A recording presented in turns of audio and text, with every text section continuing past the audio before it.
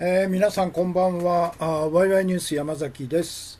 今日は2019年の9月の24日火曜日ですね。時間がまたしても大幅に遅れまして、日本時間の夜の9時31分ということで、もう本来でしたら8時半からのスタートということでずーっとやってきたんですけど、もう無理なんで、スタート時間をですね、9時にスタートするという基準に変えたいと思うんですね。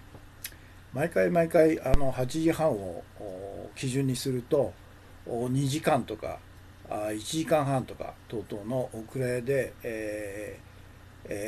その度にですね、お詫びするというふうになってますんで、今日からはワイワイニュースライブのスタート時間は夜の9時というふうに変えたいというふうに思います。ちょうどニュース9っていうのは NHK でやってるんですかね。ということで9時始まりですんで、今日は9時52分ですから約1時間遅れたということですね。ということで今日火曜日の放送を始めたいということで、今日のワイワイニュースライブの通算が2857回ということですね。いつものように一元放送でツイキャステレビ、で、中央からのカメラで映像音声も今のところ問題なく配信されているということですね。今日の最新のお知らせですけど、昨日のワイワイニュースライブのメインテーマ、もしも我々が安倍晋三ら極右ファシスト天皇主義者らの憲法改正イコール憲法破壊策動を阻止しなければ、貧困と弾圧と戦争の歴史はこの国で再び繰り返されることは確実だというメインテーマでしたんですけど、これの、YouTube 向けの表紙をですね、こういうふうに作ってもらいました。安倍晋三の顔が大きくアップされているということで、非常に分かりやすいですね。憲法改正を阻止しなければ貧困、弾圧、戦争、歴史が繰り返されるという表紙ですね。ということで、現時点での視聴者数ですけど、ツイキャスで448名様、YouTube で647ですから、合計すると1095というふうになります。そして明日水曜日は、外国語放送の水曜日ですので、先週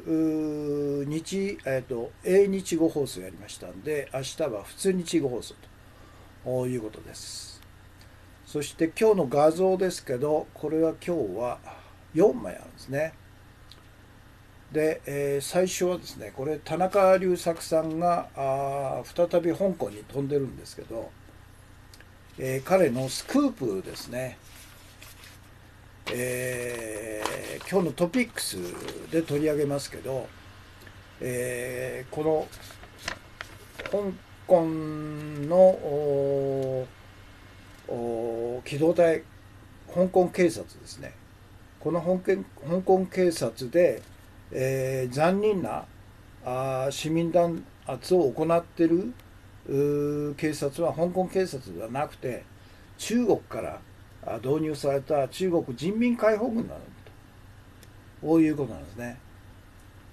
これはおそらく確実でしょうね。要するに深センに、集結した50台のトラックが香港に入ってるんですね。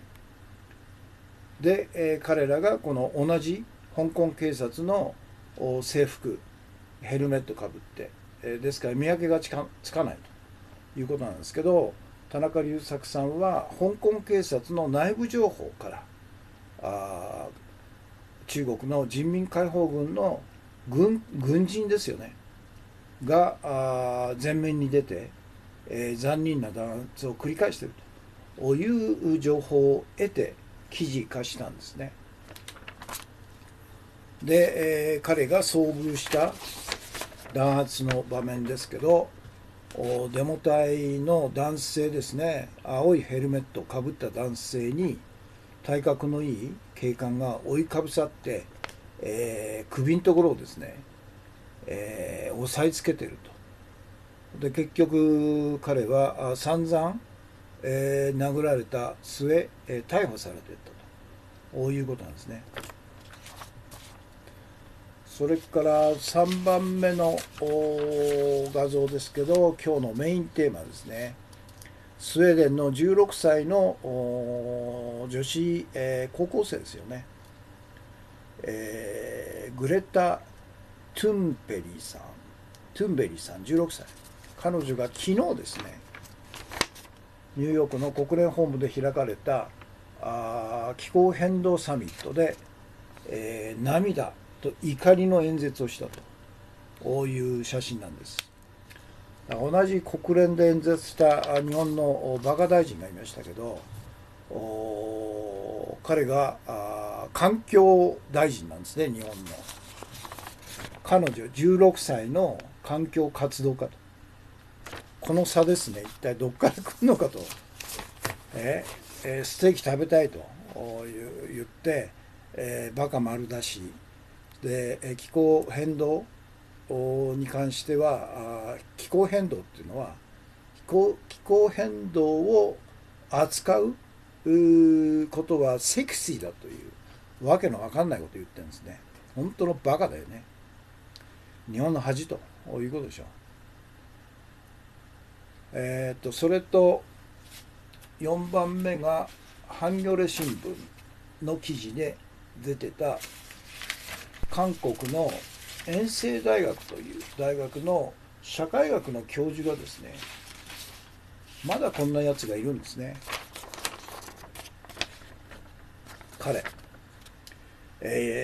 従軍慰安婦は売春婦だと言って、授業の中で、発言したんですね。リュウ・ソクチュン韓国延世大学教授と。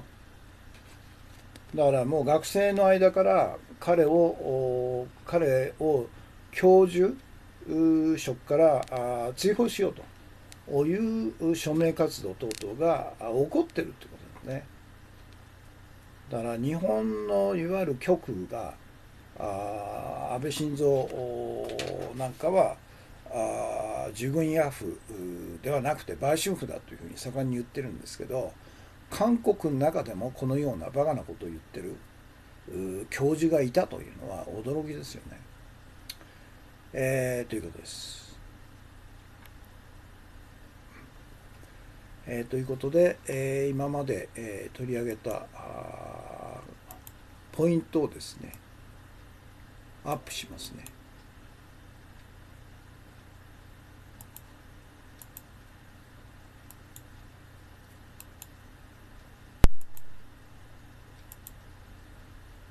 これはダメだ。長すぎた。2つに分けますね。昨日の放送のメインテーマですね。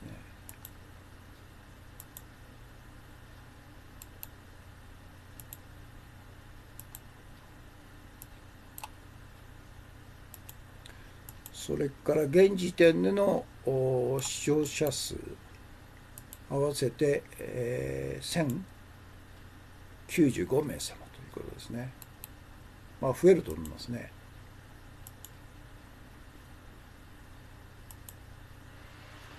それから明日の放送は普通日語放送ですということです。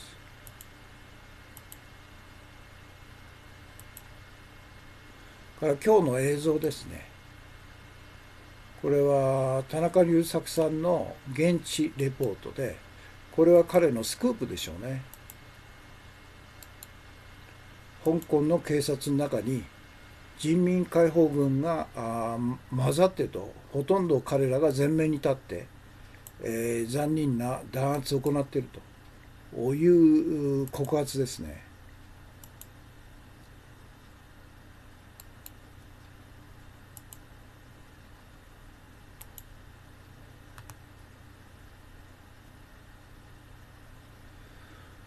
田中隆作さん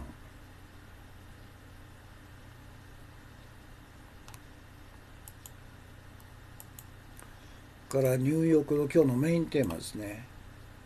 グレタ・トゥンベリさん16歳、彼女の怒りに満ちた悲痛な叫びですね。60カ国の国の代表がこの気候変動サミットのオープニングに参加してたと。トランプも来てたらしいんですけど、途中から退席したんですね。ということです。そして今日の映像画像ですけど、これはトゥンベリさんの全文ですね。これはテレビ東京ニュースで、YouTube ですけどね。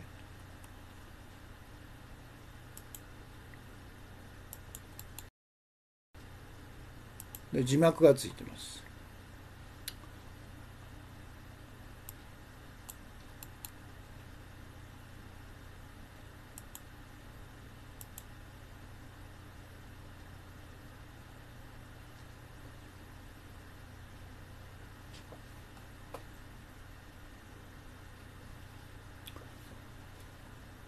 で URL がこれですね。この映像は4分58秒ですね。約5分ぐらいですね。これまだ2520回ぐらいしか視聴されてないんで、ぜひ拡散してください。この彼女の演説、字幕付きの演説の映像ですね。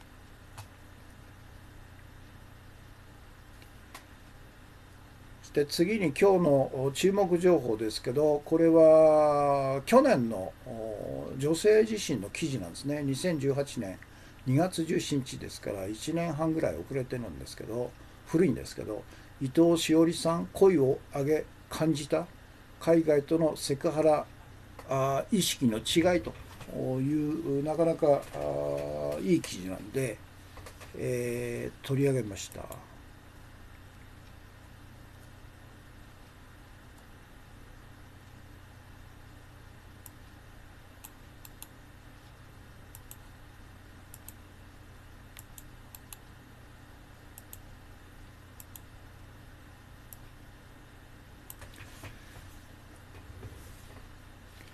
でこの記事ちょっと読みますね。2017年10月、米国ハリウッドの大物映画プロデューサーワインスタイン氏によるセクハラ疑惑が報じられたのを受け、女優のアリッサ・ミラノが同様の被害を受けたことの女性たちに向けて「MeToo 私も」を合言葉に名乗りを上げるようツイッターで呼びかけたと。これに応え有名スターたちだけでなく一般人も続々と行動を起こし、やがて世界的なムーブメントになったと。日本にも瞬時に波及、MeToo 運動をきっかけに政界、教育界、スポーツ界から元 NHK の看板アナウンサーの事件まで抑え込まれていたセクハラ告発が噴出、長らくセクハラ後進国に甘んじていた社会が絶対にノーと認識を変えたと。昨年 10月のブラックボックスの出版を機にアメリカのニューヨーク・タイムズをはじめイギリスの BBC やフランスなど海外メディアからの取材が殺到したと。 MeToo 運動のうねりの中で各国の女性が声を上げ始めていますが、やはりアジア圏から実名での声はまだ少ないからでしょうと。こう話すのは元 TBS テレビ報道局ワシントン支局長の山口、紀之氏からのレイプ被害を記者会見で訴えたジャーナリストの伊藤詩織さん。著書「ブラックボックス文藝春秋」にも出版され、なんだ顔の見える被害者の訴えに社会の関心が集まっていると。運動の発祥の地のアメリカは当然として、私が驚いたのはスウェーデンの反響の凄まじさ。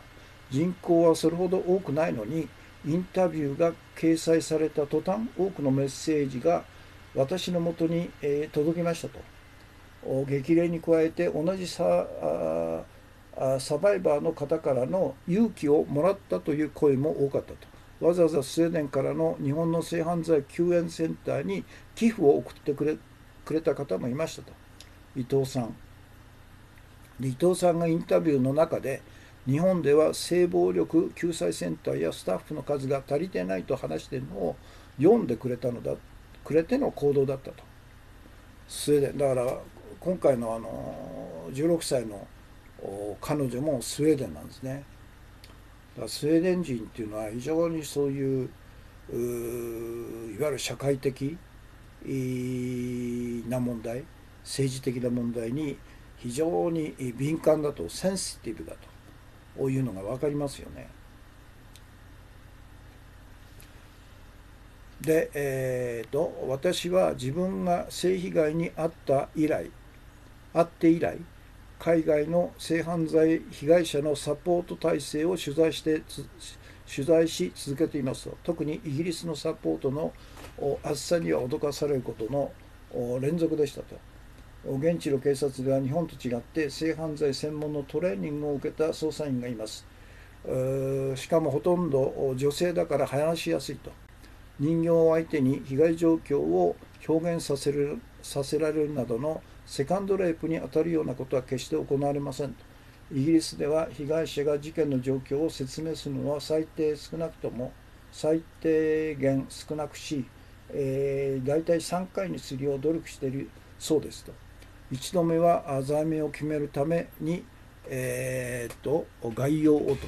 2度目は捜査のためにビデオカメラの前で、そして3度目が法廷だと。また性犯罪救援センターなども主に寄付などで運営されてきた日本とは違い、政府が資金を出していると。ここでは被害届を出すかどうか決めていない段階でも捜査員が匿名で話を聞いてくれると。その上でどんなサポートを受けられるのかアドバイスをもらえますと。一度話ができたことでハードルが下がるのか、その後被害届を出す人は約7割にも上るという。性被害を受けた後の PTSD は私も体験していて、加害者と同じ背格好の男性を見ると体が震えたり、彼が働くオフィスの近くに行くことも怖くて、仕事に支障をきたしたりすることもありましたと。イギリスではそうした性犯罪を受けた後の精神的なケア、いち早く社会に復帰できるようにサポートしてくれる体制が整っているそうですと。で、大学のキャンパス内でレイプされたある女子学生は大学に通えなくなり単位を落としたんですが、スタッフが代わりに大学側に説明して再度テストを受けられるようになりましたと。また大学から紹介を受けて入居したアパートも追い出されそうになりましたが、それを交渉してくれたそうです。これはイギリスの話ですね。というのがこの女性自身の伊藤詩織さんを中心にした記事ですね。やはり日本と海外、特にイギリス、それからスウェーデンの反響がすごかったということですね。ということです。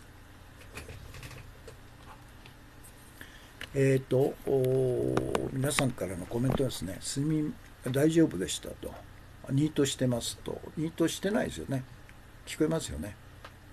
から吉行さん、スクープ、香港発内部告発、残忍な香港警察は偽装した中国人民解放軍だったという。これはさすがですね。田中隆作さんですね。スクープですね。そして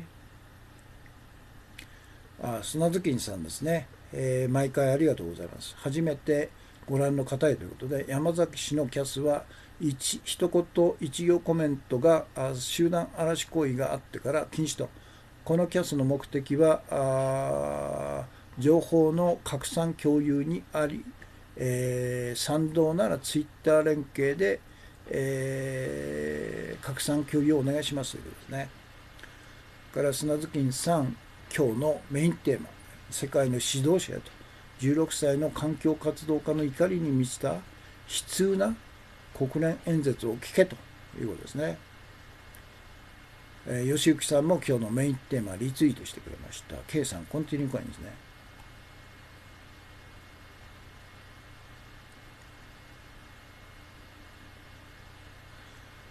ナカン319さん、これは放送の前ですよね。昨日の放送の中でのあれですかね。天皇の戦争責任を言わなくなった日本共産党も人気がないです。本当そうだよね。なんで天皇の戦争責任言わないのかね、共産党。あれほど弾圧され、何十人も殺されてるのに、おとなしいですよね。ということです。で、今日の推奨本ですね。今回は第25回目ですね。世界的投資家ジム・ロジャースさんの本ですね。日本への警告と講談社。これは今年の7月の18日発行されたものですね。それで現在は第2章、日本人が今克服すべき課題ということで、今日は25回目、アウトバンドにも注力をというところです。これ2ページなんで、読みますね。昨日はインバウンドだったんですね。3ページか。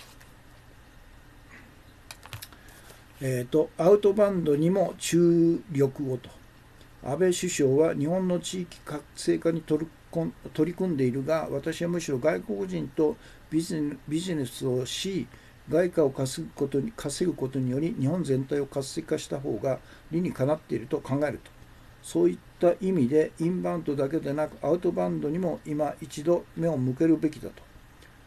数年前、岐阜県のいちご農家が中東の UAE 向けに一粒5万円のイチゴを輸出したことがニュースになったと。そうした高付加価値を持つ商品が日本にはまだいくらでもあると。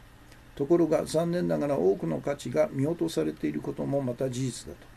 多くの日本人にとってイチゴ一粒に5万円も出す外国人がいるなどとは想像もつかないだろうし、低価格競争の意識から抜け出せない日本人は少なくないと。私の知人が面白い話をしたことを覚えていると。外国人の目からは日本人がペットボトルで緑茶を飲んでいる姿が奇妙に見えるというのだと。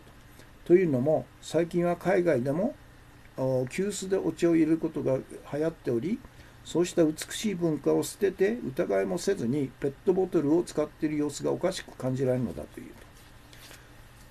と。日本はせっかく自国で育んだ価値をうまく海外に展開できない弱みを持っていると。例えばイタリア料理を例に挙げたように、日本人には海外から取り入れた文化を高品質に磨き上げる能力が備わっているが、そうして生み出されたものが国内だけの競争にとどまってしまっている。これは実にもったいないと。ラーメンのレストランが日本の都市部にひしめいているが、そのうち海外にも出店しているのはごくわずかと。勇気を持って飛び出した一風堂は今や世界で大人気だと。日本人は今一度自国の歴史を学び、誇るべき日本文化の価値を認識すべきだと。そのためには茶道であれ読書であれ興味を持ったものを継続的に学ぶことも大切だろう。もっともアウトバウンドを日本政府主導で行うことには反対であると。日本政府はクールジャパン戦略を掲げ、海外において発信活動を行っているが、あまりうまくいってないようだと。日本の国税が投入されたクールジャパン機構がマレーシアの首都クアラルンプールの一等地に設置した施設の実態について報道を目にした日本人もいるだろうということで、伊勢丹ザ・ジャパンストアと名付けられたこの施設は三越伊勢丹ホールディングスとクールジャパン機構の共同出資により運営されているもので、10億円近い日本の国税が投入されていたというと、東南アジアにおける日本文化の発信拠点という目的のもとに設置されたのとのことだが、閑古鳥が鳴いている店内の実態が報道で明らかにされたと。この状況を受け、三越伊勢丹ホールディングスはクールジャパン機構から全株主を買い取り、単独の自力再建を目指すことになったとのことだが、初めから民間の力に任せるべきだったのではないだろうかと。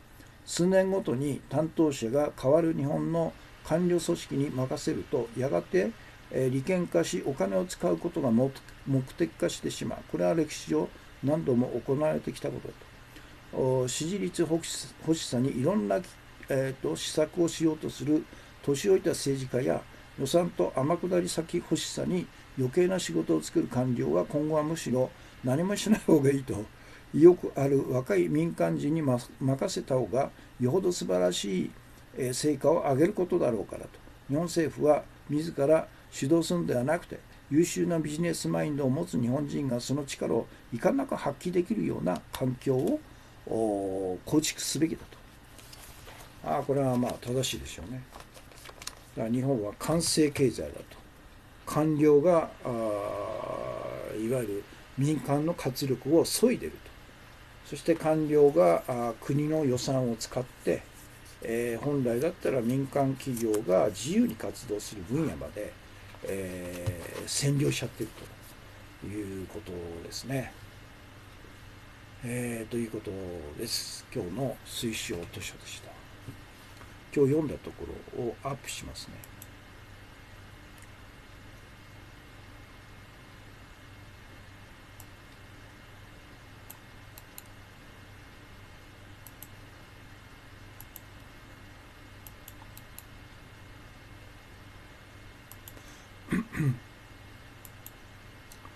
ということですね。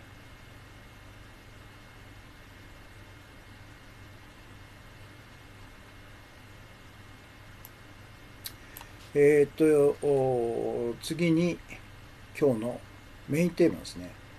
世界の指導者へと16歳の環境活動家の怒りに満ちた悲痛な国連演説を聞けと。特に小泉バカ信じろよく聞けということでしょうね。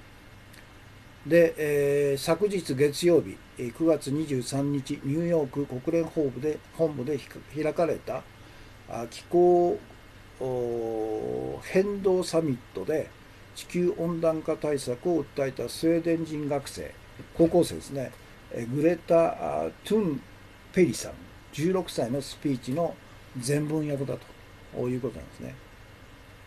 でこれはUSA Today という新聞ですねに全文が載ってたんで、それを訳したということなんですね。でこれ読みますね。日本語の時、私のメッセージは、私たちはあなたたちを見ているということですと。最初からすごいんですよね。My message is that we will be watching you と。で You っていうのは誰かということは、この国連の気候変動サミットにの初日に参加した60カ国の政府首脳、世界の指導者たちに向かって言ってるんですね、彼女は。言うっていうのはそういうことなんで、ね、一般的な言うじゃなくて、あんたたちですよと。この気候変動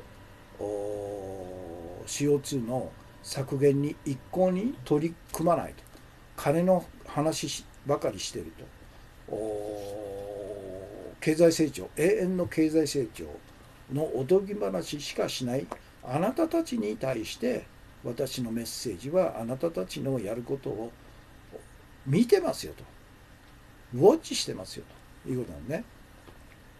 で全ては間違っていると。私はここにいるべきではないと。私は海の反対側にある私の学校に戻るべきなんだと。それでもあなた方は希望を語るために私たち若者のところに来てると。よくもそんなことをということですね。How are you と。よくそんなことをできますねっていう彼女の怒りなんですね、これ。怒りのメッセージですよ。で、あなたたちは空疎な言葉で私の夢と私の子供時代を盗んだと。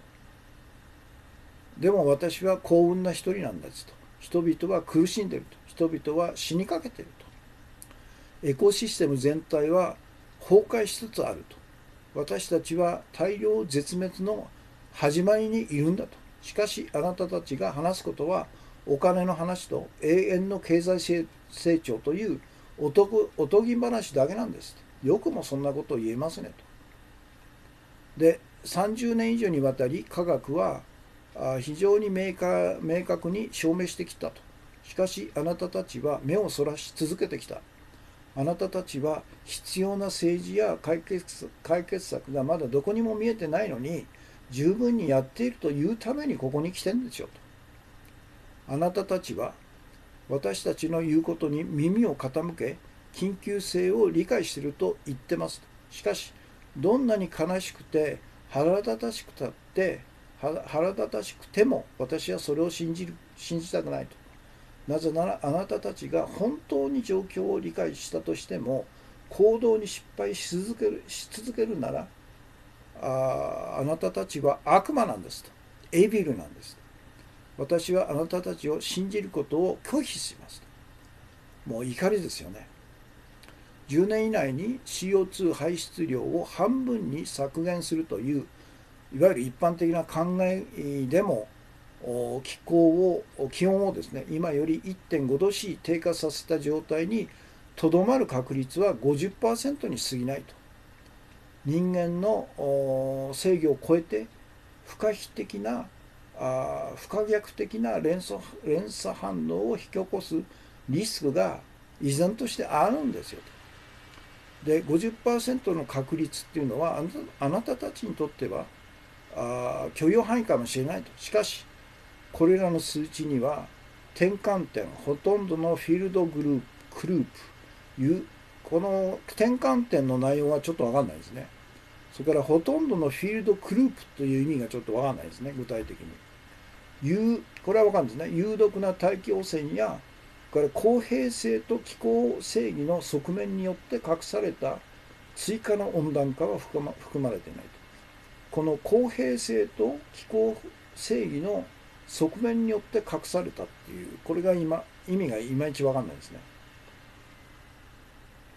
だから隠されてる他の地球温暖化の要素がいろいろあるんですよということなんですね。これらの数値はほとんど存在しないテクノロジーを使用して何千億トンものあなたたちの二酸化炭素を大気から吸い取っている私の世代に依存してんだということなんですね。だからここはいまいちちょっと具体的に言ってもらえない、彼女に説明してもらえないといまいちよくわかんないですね、ここだけの文章はね。それでは 50% のリスクは私たちには簡単に受け入れられないと数字だと。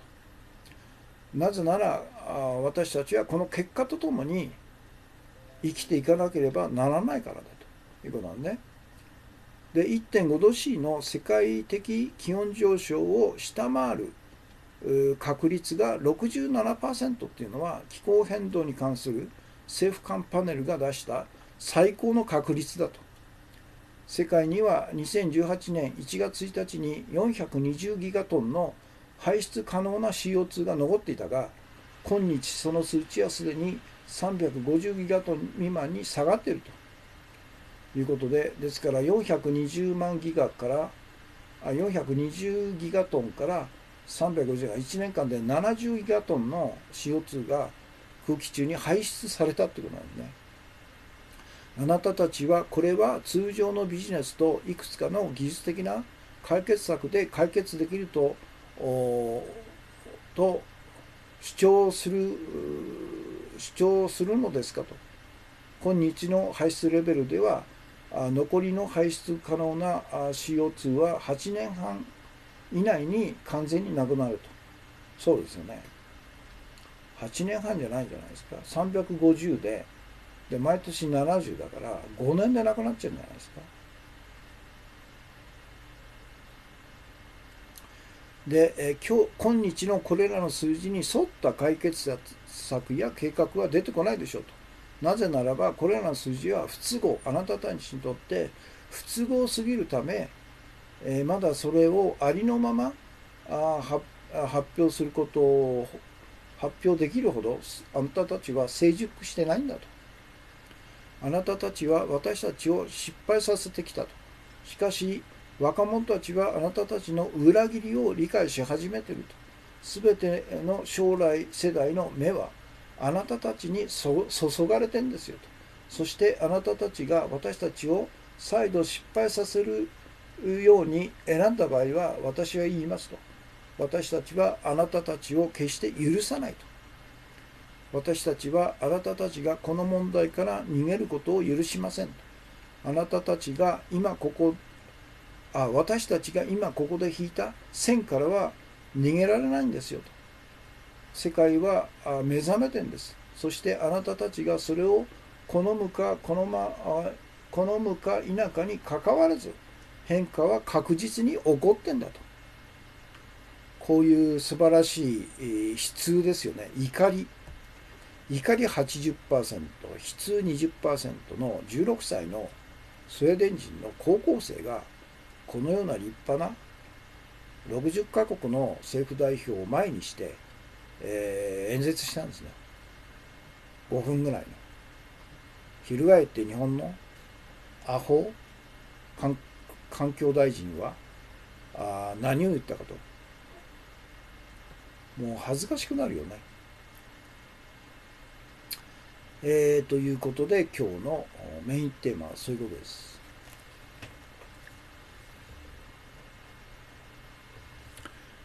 高橋三平さん、純粋な正直のコメントは美しい、感動的ですねと。そうですね。彼女がなんかジョージ・ソロスの孫娘じゃないかっていうのが、フランスのなんか記事に出てたっていうミルキーさんからのあれがありますけど、たとえそれわかんないんですけど、たとえそうだとしても彼女の言ってることは正しいですよね。そしてそれ現在の気候変動、これほど悪化させたのは一体誰なのかと。あんたたちでしょと。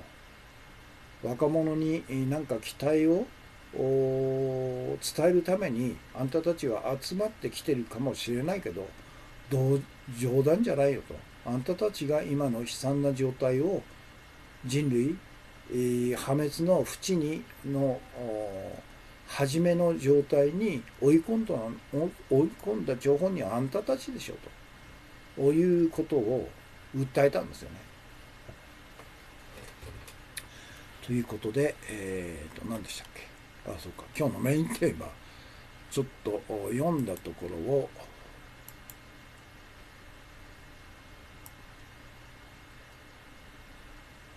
グレタ・トゥンペリさん、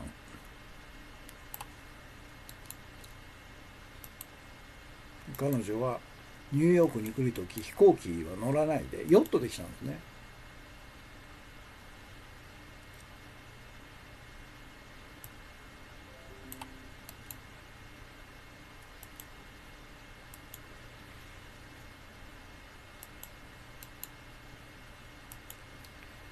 ステーキを食いたいと言って高級ステーキ屋に直行したどっかのバカ大臣とえらい違いですよね。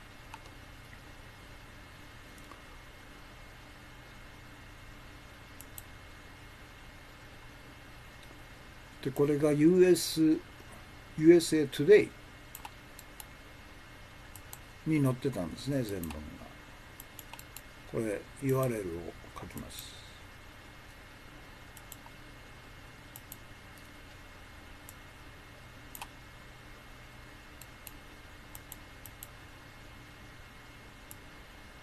これは英語をアップするとすごい字数を食っちゃうんですよね。だから日本語だけアップしますね。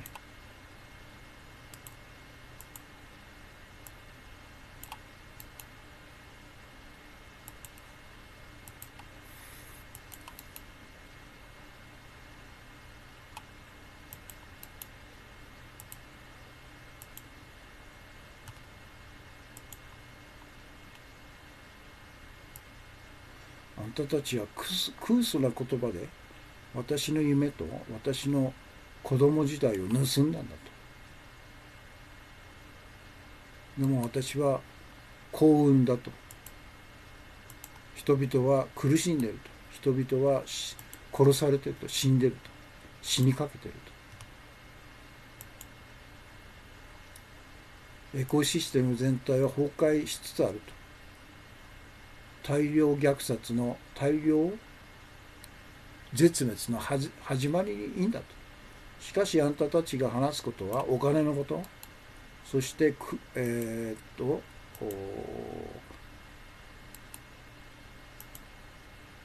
永続的な、経済成長というおとぎ話しか話してねえじゃないかと。すごいですね。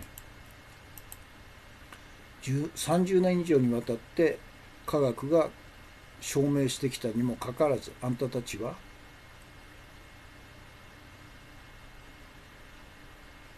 目をそらしてきたと。See away っていうんですかね。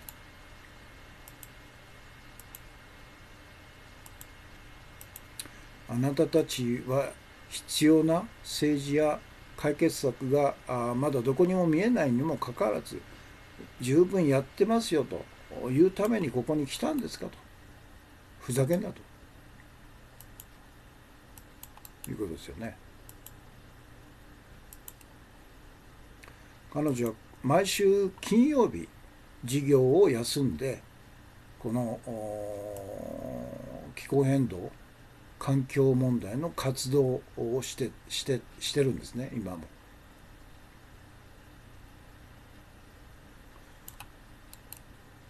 そしてその輪が全世界で広がったということなんですね。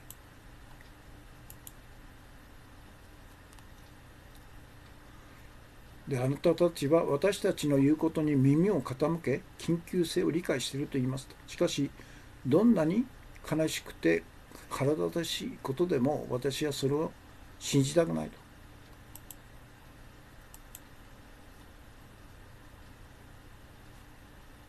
なぜならば、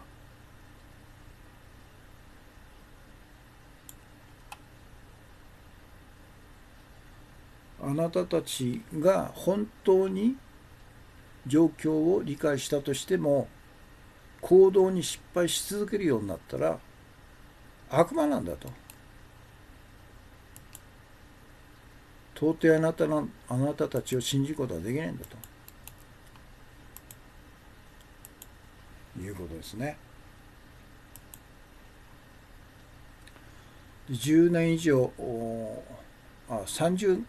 10年以内か CO2 排出基準を半分に削減するといういわゆる一般的な考えでも気温を今より 1.5 度低下させた状況にとどまる確率は 50% に過ぎないと。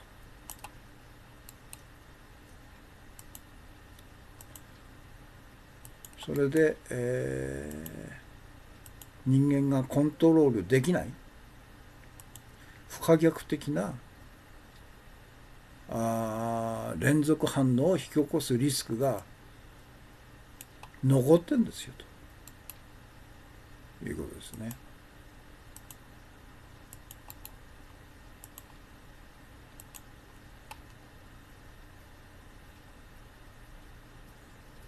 李さん、スウェーデンでは小学校からデモの方法を学びますと。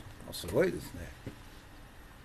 この辺から違うんですね。教育のレベルが違うんですよね。日本は文科省がいわゆる国定教科書ですからね、指定した学説通説以外のことは認めないと。で、日本の教師、特に社会科の教師に関してはその教科書通りに、生徒に異議を言わせないと。一方通行に、頭の中に叩き込むと。そして、テストでそれを証明させると。こういう作業をしてるんですね。50%の確率はあなたたちにとっては許容範囲かもしれないと。しかしこれら数値にはこれですね、転換点ほとんどのフィールドグループ、有毒な大気汚染や公平性、気候正義の側面によって隠されている。これが今意味が分かんないですね。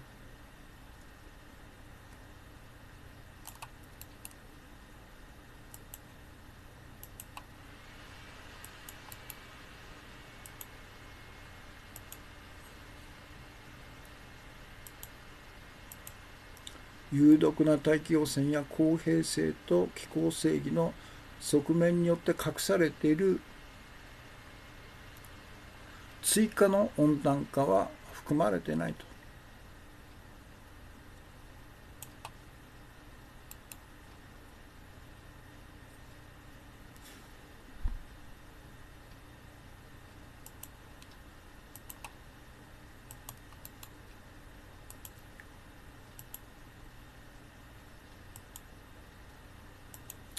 でこれらの数値はほとんど存在しないテクノロジーを使用して何千億トンものあなたたちの CO2 を大気から吸い取っている私の世代に依存してんだと。これもいまいちよく分かんないですね。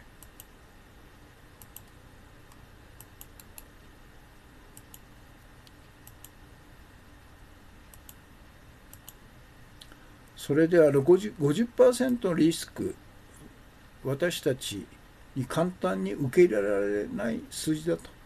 なぜなら結果とともに私たちは若者ですからね。これから生きなきゃいけないんだからと。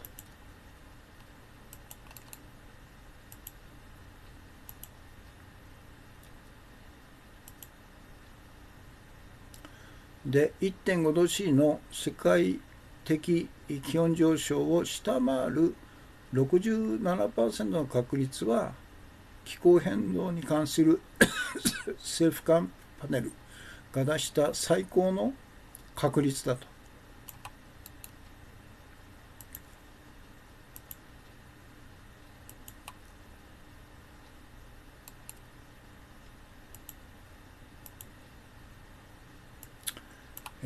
ヘチさん、こんばんは。教育に関してはマイケル・ムーア監督の世界侵略の進めのフィンランドのケースがとても参考になると思います。なるほど。DVD がありますよね。で私たちはこれは通常のビジネスというといくつかの技術的解決策で解決できるとあなたたちは解決できるとあえて、主張するんですかと。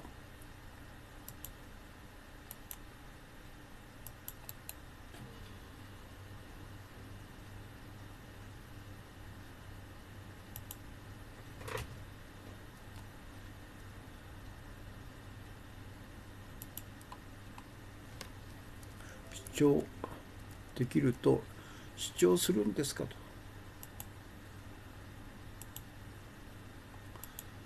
今日の排出レベルでは残りの排出可能な CO2 は約8年半以内に完全になくなっちゃうと。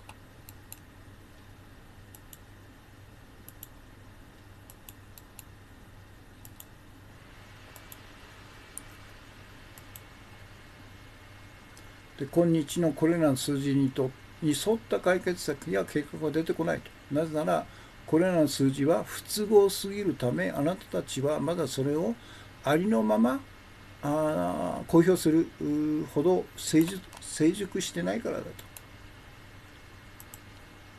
大人の方が成熟してないんだと。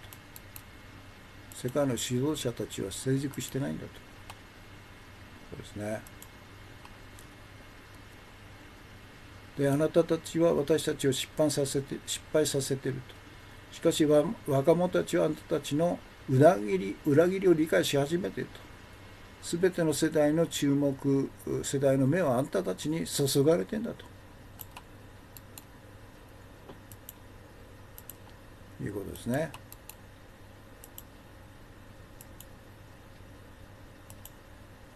そしてあなたたちが私たちを失望させることを、失敗させることを選んだ場合、私は言うと。私たちはあんたたちを決して許さないと。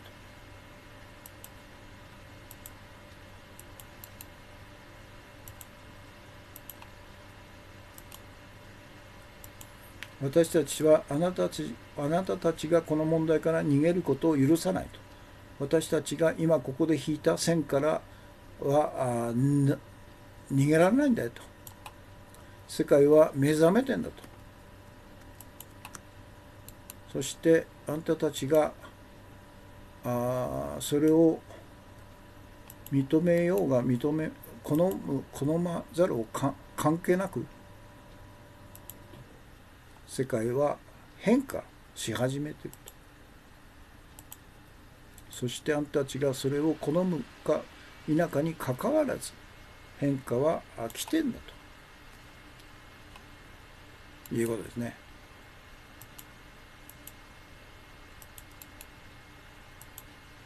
すごい勉強してますよね、この彼女はね。というのが今日のメインテーマでした。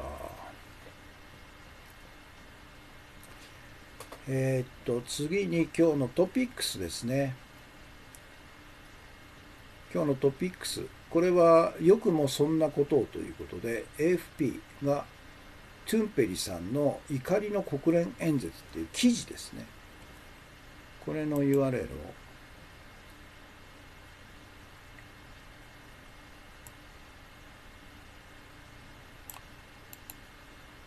よくもそんなことを。How are you と。How are you と。ご機嫌いかがですかって言うんですけど、違うんですね。よくもそんなことをやってるねと、言ってるねと、こういう怒りの表現なんですね。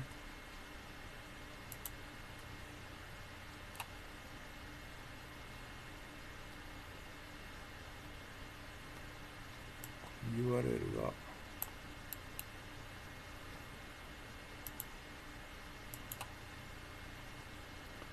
そしてこの記事の URL。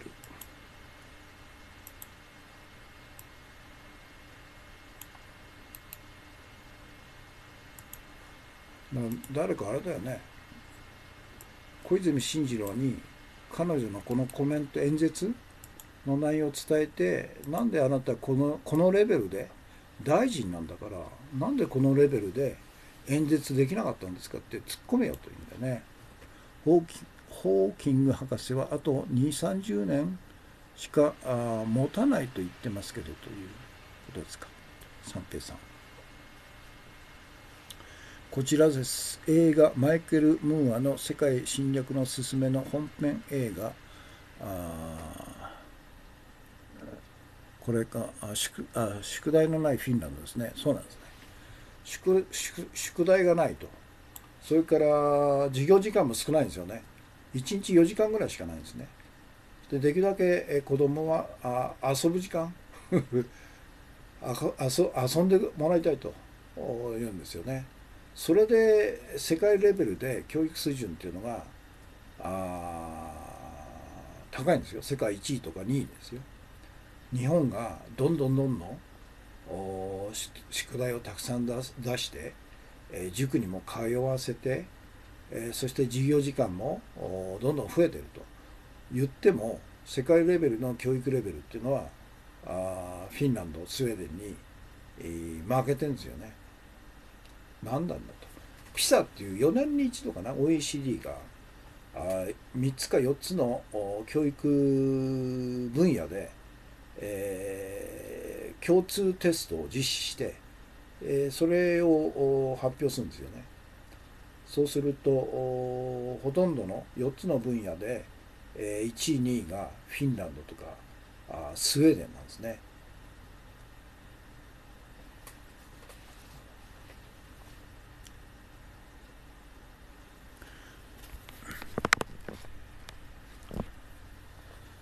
砂月さん、ラブユーデンタの何言ってんだ、何やってんだ。ああ、そうなんだ。あ、進次郎か。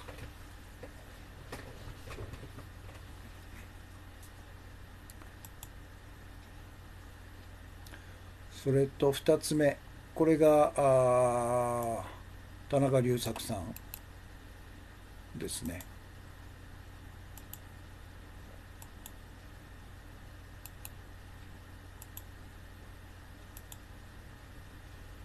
フィンランドは私立学校の設立が許されてなくて、どんな子も一番近い学校に通うと、そういうことなんですね。だから私立学校なんかいらないんですよ。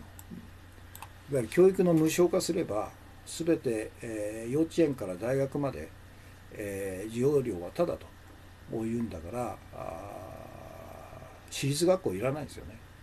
で、あえて宗教的な学校にしたいと言ったら、もう公的な援助は一切しないというふうにすればいいんですよね。フランスがおそらくそうでしょうね。フランスがそうですよね。そして国は教育のには介入しないと。指導要領とか等々の分厚い、文部官僚が授業内容を監督検閲するっていうシステムはやめるということが必要でしょうね。だから教科書なんかいらないかもしれないですね。本当薄っぺらい教科書だけで、あとは先生と生徒がテーマ決めて、その都度その都度自分たちで調べて、授業するというのが双方向でいいんじゃないですかね。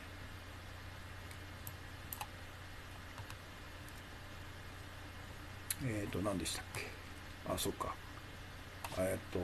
これちょっと読みますよね。田中隆作さんのスクープ。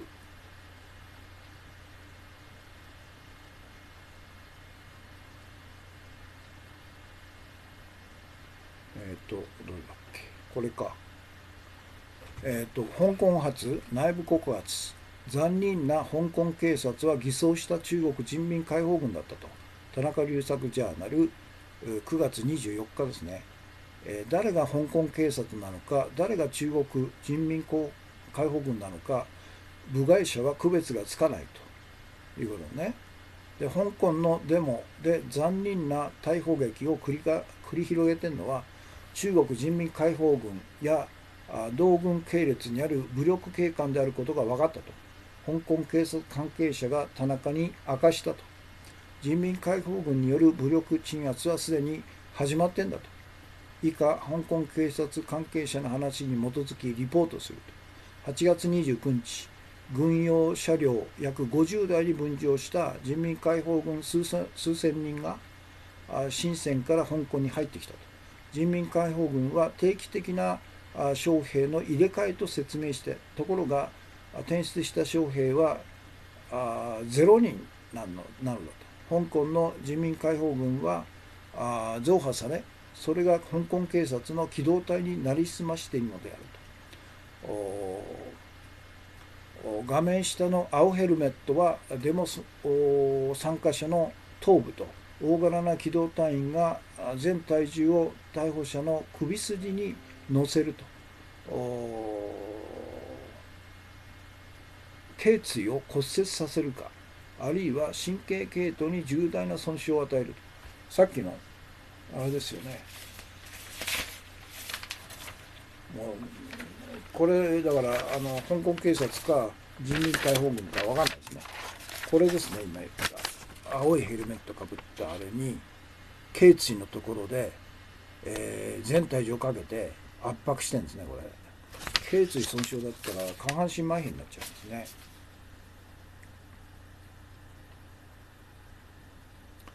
ね。ということで、なんとか警察署という一所轄に機動隊が400人もいると。横隔警察署は同じ、規模の機動隊があっちの署にもこっちの署にも配置されているのであると。田中は不思議だと常々思ってきた。謎が解けたと。実は派遣された人民解放軍、武力警察も含むが、香港警察の機動隊員として担当させられていたのだったと。人民解放軍だが、香港警察と同じ制服だと。両肩の ID ナンバーもフェイクであると。九龍半島なんとかの中国人民解放軍基地でデモ対応対策の訓練を受ける人民解放軍兵士は香港警察と同じ制服だったと。外見は全く見分けがつかないと。所作とたまに発する普通語、北京語で見分けるしかないと。デモ鎮圧の画像を前に香港警察はこんな動作はしないとこの警察関係者は説明したと。規模の大きいデモで逮捕された人物は深セン近くの深夜なんと拘置所に持っていかれると。香港市民に恐れられている拘置所だと。同関係者は拘置所で何人が死んでいると。体の複数箇所を骨折するほどの怪我を負っているのに過酷な拘置所に置かれるからだと話すと。同関係者はその拘置所で何人で英語名プロテクト・アワー・キッズ、香港警察を偽装した中国人民解放軍は普通のボランティアが気を失うまで殴打し逮捕すると。で21日政府系ヤクザが乗客やデモ隊を襲った駅ですね、元朝駅事件に抗議するデモがあったと。ところがメンバーのうちの1人の男性が20人近い機動隊により路地裏に連れて行かれ気を失うまで殴打され挙句に逮捕されたと。市民がたまたまスマホで撮影した画像がSNS で駆け巡ったと。香港警察はこんな悪いことはしないと関係者は悲痛な顔で語るのだったと。こういうのがこの田中隆作さんの記事ですね。いやそこまでやんですね。だから天安門事件でおそらく4、5千人殺してるんですよね、人民解放軍は。だからそれと同じようなことをすでに香港でやり始めてるということですよね。から次、核兵器製造会社へ投融資か、日本の金融8社実施ということで、東京新聞ですね。でこの8社の名前全部出てないですね。出てるのが3つかな。 UFJ、それからちょっと待ってください。全部出せばいいのにね、なんで出さないのかね。 UFJ フィナンシャル、みずほフィナンシャル、 SMBC グループなど8社だって。で全部で、2.8 兆円核兵器製造企業18社に対して融資していると。こういうことですね。これ8社全部の名前出せって言うんですよね、東京新聞は。なんで中途半端なことするのかね。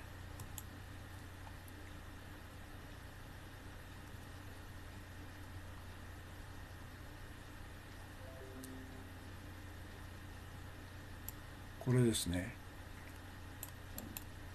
これはもう日本の新聞社っていうのは徹底的なあれをしないんだよね。寸止めすんだよね。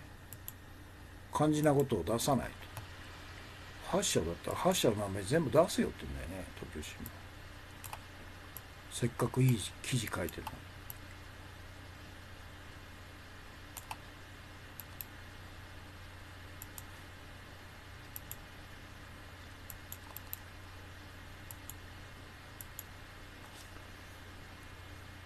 そして、進次郎株ダダ下がりとステーキ&セクシー発言で笑い物にという世界に恥さらしたと。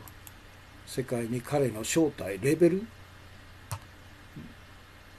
の低さが今までは隠されてたんですけど、かっこつけて隠してたんですけど、もう彼のあまりのレベルの低さ、バカさ加減が全世界、単に日本だけじゃなくて全世界に広まっちゃったということで、かなり致命的でしょうね、彼ね。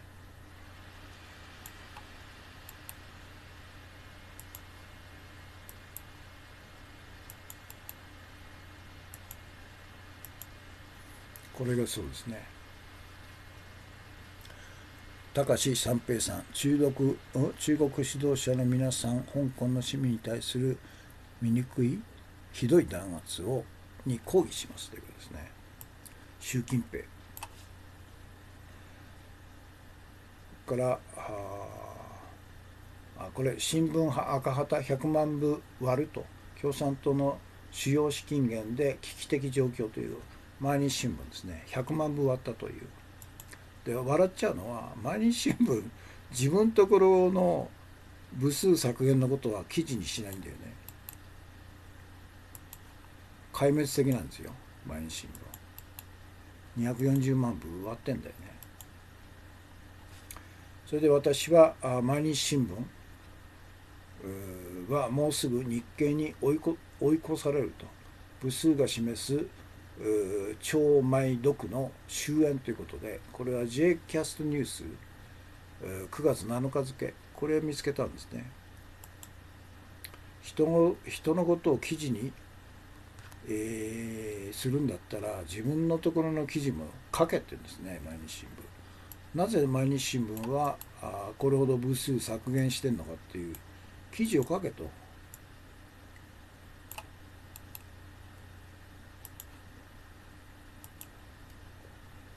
日経と逆転するって言うんですね。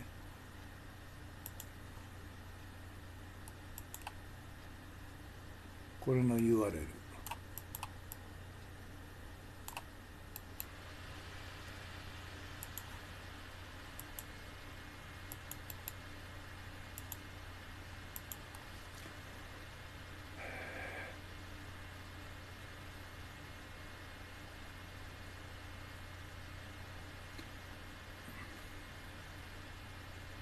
毎日新聞が243万、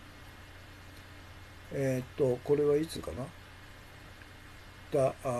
今年ですね、2019年の上期1月6月の平均販売部数、読売が809万、前年対比で 4.9% 減、朝日新聞が577万、対前年比で 6.3% 減、毎日新聞が243万、同 13.9% 13% 対前年比で減ってるんですよ。ということは毎年20万から30万部ぐらい減ってるんですよね。だから10年でなくなっちゃうじゃないですか。から日経が233万、日経でも減ってるんですね。 4.2%。これは増えてんのか。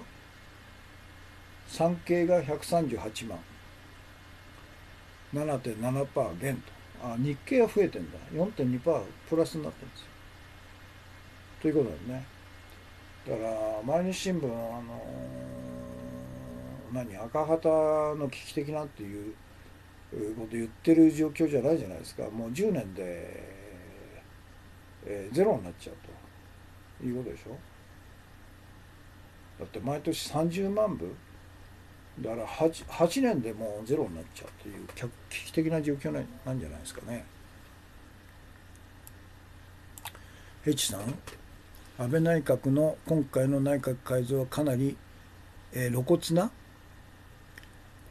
派閥順送り人事のような気がすると。また新しい大臣になる裏には大金が動いているという話も聞いていると。そう考えると日本国民はどれくらい予感すれば立ち上がるのか試しているような思いますという。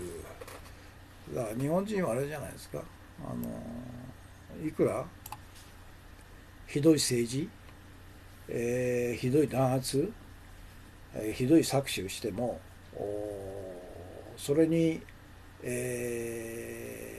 こうして、反対運動を反逆すると、個人でも徹底的に私は許しませんという個人レベルでの戦う人っていうのがあんまりいないんですよね。そこが違うんじゃないですかね。やはり長い江戸時代270年封建制で、お上に逆らわないと、長いものには巻かれろという世代という長い時代と、その後の明治維新の大日本帝国憲法の下での圧倒的に権力を握った天皇に対して臣民としての日本国民は一切反抗できないと。反抗するどころじゃなくて天皇を生き神様にして崇拝してたんですよね。いわゆる信者、天皇教の信者になってたと。そして、侵略戦争に動員され、殺されたと、あるいは殺していったと。そして戦後もそのことを一切反省しないで、なぜ、このようになったのかという反省もしないで、経済大国になったということで、基本は変わってないですよね。長いものに巻かれると。から真実は追求しないと。みんな仲良く渡れば怖くないという意識じゃないですかね。砂月さん、赤型以外の大手市どうせ、部数なら部数ゼロになっても痛くも痒くもないと、政府広報になるということですかね。だからこの ABC の統計の販売部数も結局その中にはいわゆる、押し紙というね、あれが入ってないんですよ。10%か20%あるんですよね、押し紙っていうのは。要するに販売店に、注文してない部数を押し付けると。そして、公表の部数を水増しして、それで広告を取ると。これをずっとやってきたんですよね。だから一旦もう全部なくしちゃった方がいいですよね、日本の場合は。ネットで十分と。あるいは、リテラとか、あるいは長州新聞とか、あるいは早稲田クロニクルとか、そういうマイナーなあるいは地方新聞ですね、で十分じゃないですか。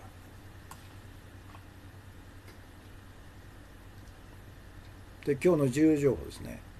慰安婦は晩春と劉教授の暴言で波紋広がる遠征大学在学卒業生罷免まで逃走というハンギョレ新聞。こういう人がいるんですよね。日本にはたくさんいるんだけど、韓国にもいたっていうのは驚きですね。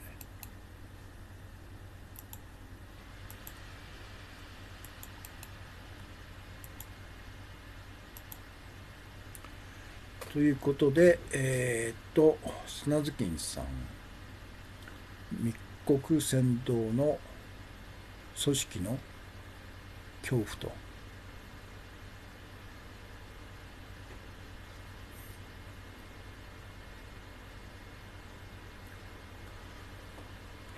ということですね。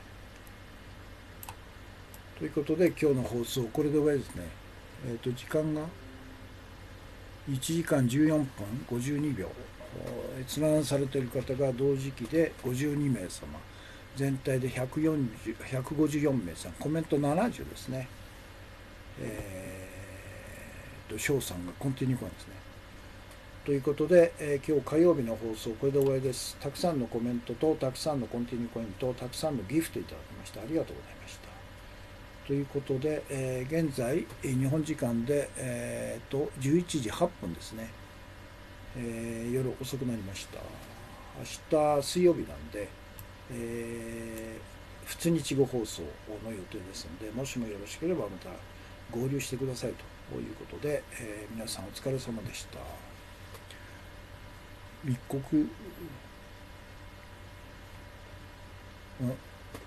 告奨励の隣組か。隣組の恐怖と。そうですね。いうことですね。深夜クラブさん、お茶爆10ですね。はい。ということで、今日の放送終わりです。よりみちさん、お茶爆10ですね。ありがとうございます。今日の放送終わります。